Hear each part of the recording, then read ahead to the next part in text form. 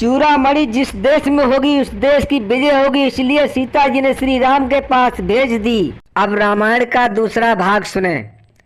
जब कैकेयी ने राजा दशरथ से कहा, आप थककर मूर्छित हो गए थे, उसी समय मैं रथ लेकर वहां रणभूमि से दूर चली आई थी। तब राजा दशरथ ने खुश होकर कैकेयी से कहा, आपने हमारे प्राणों की रक्षा की और मैं आपको 2 वरदान देना चाहता हूँ, आप खुशी खुशी 2 वरदान मुझसे मांग लें। उसी समय महारानी कैकेयी ने कहा था, मैं वरदान अभी नहीं मांगूंगी, समय पड़ने पर वरदान मैं मांग लूंगी। ऐसा कहकर महारानी कैकेयी चुप हो गई। उसी समय इंद्र जी और इंद्राणी जी महाराज दशरथ का स्वागत करते हुए आए और कहा, आपने हमारी मदद की और उस राक्षस शंभासुर को मार दिया और आपने हमारी मदद की।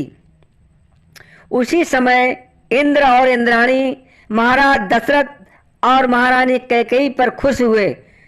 जब उसी समय इंद्र ने महाराज दशरथ को स्वर्ग गंगा मंदाकिनी के दिव्य हंसों के 4 पंखों को प्रदान किया महाराज दशरथ को, और इंद्राणी ने कैकेयी महारानी को वही दिव्य चूड़ामणि दी और वरदान दिया कि जिस नारी के केस में ये चूड़ामणि रहेगी उसका सौभाग्य अक्षय और अखंड रहेगा।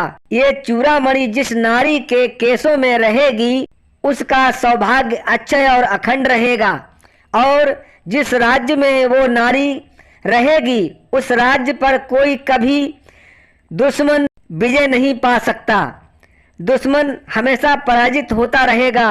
ये चूड़ामणि में एक वरदान है कि जिस देश में ये चूड़ामणि रहेगी उस देश की कभी हार नहीं होगी। कितना भी युद्ध हो उस देश की कभी हार नहीं होगी जिस देश में ये चूड़ामणि रहेगी। महाराज दशरथ रानी कैकेयी वापस अयोध्या चले आए। रानी सुमित्रा का अद्भुत प्रेम देख रानी कैकेयी ने वो चूड़ामणि रानी सुमित्रा को दे दी। वो चूड़ामणि रानी सुमित्रा को दे दी। इस चूड़ामणि की समानता विश्व भर के किसी भी आभूषण में नहीं है जो इस चूड़ामणि में है। जब श्री राम का विवाह हुआ, माता सीता के साथ अयोध्या वापस आए, सारे रीति रिवाज संपन्न हुए। तीनों माताओं ने मुंह दिखाई की प्रथा निभाई। सर्वप्रथम रानी सुमित्रा ने सीता जी को वही चूड़ामणि प्रदान की और कहा, बेटी ये चूड़ामणि जिसके पास रहेगी, जहां भी रहेगी उस देश की हमेशा विजय होगी। और कैकेयी ने सीता जी को मुंह दिखाई में अपना कनक महल प्रदान किया। अंत में कौशल्या जी ने मुंह दिखाई में सीता जी को प्रभु श्री राम का हाथ सौंप दिया। संसार में इससे बड़ी मुंह दिखाई और क्या हो सकती है जिसने अपने पुत्र का हाथ अपनी बहू के हाथ में सौंप दिया हो। और राजा जनक ने सीता जी का हाथ श्री राम के हाथ में सौंप दिया। और अयोध्या में कुछ दिनों बीतने के बाद श्री राम को वनवास हुआ। उसी समय सीता हरण हुआ। जब हनुमान जी सीता जी से अशोक वाटिका में सीता जी से भेंट होती है, हनुमान जी प्रभु श्री राम की दी हुई अंगूठी सीता जी को देते हैं और कहते हैं, माता हमें प्रभु राम ने जैसी निशानी के तौर पर अंगूठी दी है, आप भी कोई चिन्ह दें। मात मोय दीजो कुछ चिन्हा, जैसे मोय रघुनायक दीना। चूड़ामणि उतार तब दयऊ, हरसि समेति पवन सुत लयऊ। सीता माता ने चूड़ामणि उतार तब दयऊ, हरस समेति पवन सुत लयऊ।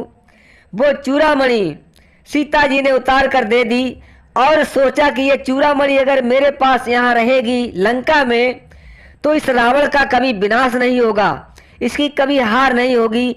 ये सोच करके सीता जी ने वो चूड़ामणि हनुमान जी को दे दी और वो चूड़ामणि लेकर हनुमान जी प्रभु राम के पास आए और आकर के सारा हाल सीता जी का सुनाया और चूड़ामणि की जो भी बात थी वो भी बताई। प्रभु राम ने पूछा कि चूड़ामणि लेकर क्यों आए हो? हनुमान जी ने कहा, प्रभु राम से हनुमान जी ने कहा, सुने ये चूड़ामणि कहाँ से आई है? सागर की पुत्री को विश्वकर्मा द्वारा निर्मित दिव्य रत्न जटित चूड़ामणि रत्नाकर नंदिनी सागर की पुत्री, उसने चूड़ामणि विष्णु जी को दी थी। विष्णु जी ने वही चूड़ामणि इंद्र को दे दी। इंद्र ने वही चूड़ामणि इंद्राणी को दे दी। वही चूड़ामणि इंद्राणी ने कैकेयी को दे दी और कैकेयी ने वो चूड़ामणि सुमित्रा जी को दे दी और सुमित्रा जी ने वही चूड़ामणि सीता जी की मुंह दिखाई में सीता जी को दे दी। इस चूड़ामणि को वरदान था कि जिस नारी के पास रहेगी और वो नारी जिस देश में रहेगी उस देश की कभी युद्ध में हार नहीं होगी। इस चूड़ामणि को ये वरदान था, इसलिए सीता जी ने लंका से श्री राम के पास चूड़ामणि भेजी थी। वह चूड़ामणि की यह कहानी और यह रहस्य है, आप लोग ध्यान देकर सुने।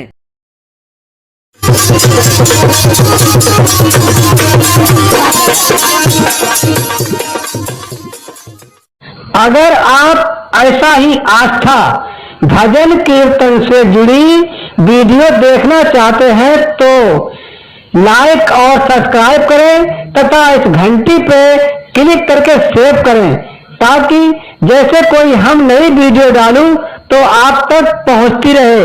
धन्यवाद।